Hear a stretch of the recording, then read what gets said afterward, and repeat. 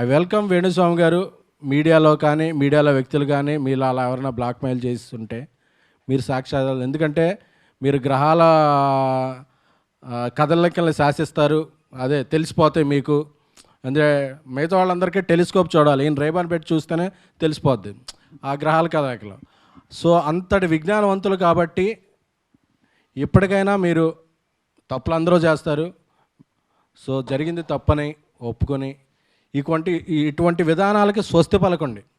అంతేగాని వ్యక్తిగత విధానాల్లోకి వెళ్ళిపోతాం, జీవితాల్లోకి వెళ్ళిపోతాం, జర్నలిస్ట్ అసోసియేషన్ల మీద కంప్లైంట్ చేస్తాం, మీడియా మీద కంప్లైంట్ చేస్తాం, సెలబ్రిటీల చావు పుట్టుకలు నిర్ణయిస్తాం, వాళ్ళ వివాహ వేదికలు వివాహంలో బ్రేకప్లు అన్నీ నిర్ణయిస్తాం అనే మీరు వెళితే తప్పనిసరిగా ఈసారి అందరి నుంచి ప్రతిచర్య ఉంటుంది. ఎందుకంటే ఏదో ఒక చోట దీన్ని ఆపకపోతే వేణుస్వామిని రేపు ఒకసారి రామస్వామి రావచ్చు, గురుస్వామి రావచ్చు, ఇంకో స్వామి రావచ్చు, ఇంకో వెంకటప్ప రావచ్చు, ఎవరు రావచ్చు, అందరూ ఇదవుతాయి.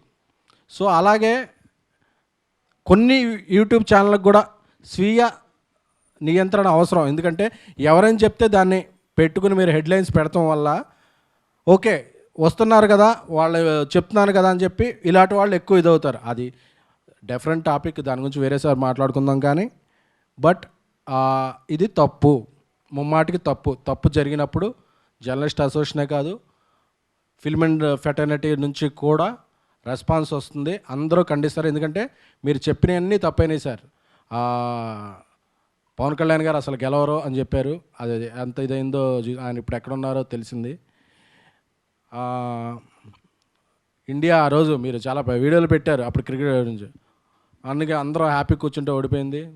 అలాగే ప్రభాస్ గారి సినిమాలు అస్సలు ఆడమని చెప్పారు, చాలా అభిమానులు. అసలు ప్రభాస్ గారు ఎప్పుడో ప్రెస్ మీట్ రారు, సోషల్ మీడియాలో ఉండరు, ఆయన పెద్ద యాక్టివ్గా ఎవరితో ఇదవరు, ఆయన పని ఆయన చూసుకుంటారు. ఆయన అభిమానులు కూడా చాలా బాధ పెట్టారు. తీరా చూస్తే ఇండియాస్ బిగ్గెస్ట్ హిట్ అయింది ఈరోజు కలికి.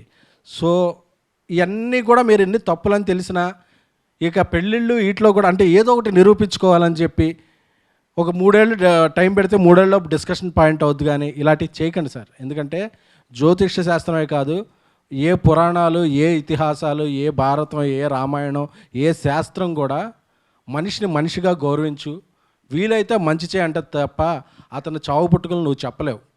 అంత శాస్త్రం తెలుసుకున్న వాళ్ళైతే ఇప్పుడు వీటిలో మీరు జైలుకి వెళ్తారా వెళ్ళరా, మిమ్మల్ని ఎవరన్నా బయట ఎలాంటి చెప్పినా ఫ్యాన్స్ కొడతారా కొట్టరా, ఇలాంటి ఒక పోల్ నిర్వహించండి. దాంట్లో ఏమొస్తుందో చూసి అది రిజల్ట్కి ఏమవుతుందో అది చూడండి ఒకసారి. ఎందుకండి బాగుందాం, అందరం బాగుందాం. మీకు అలాంటివి నిజంగా విద్యలు తెలుసుంటే దాన్ని మంచిగా ఉపయోగించండి.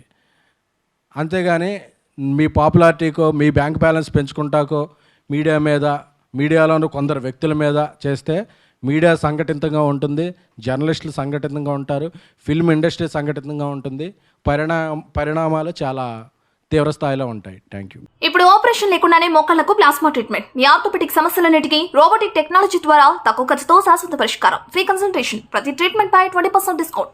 ఈ ఆఫర్ కొద్ది రోజులు మాత్రమే, త్వరపడండి. V9 hospitals 9281465842.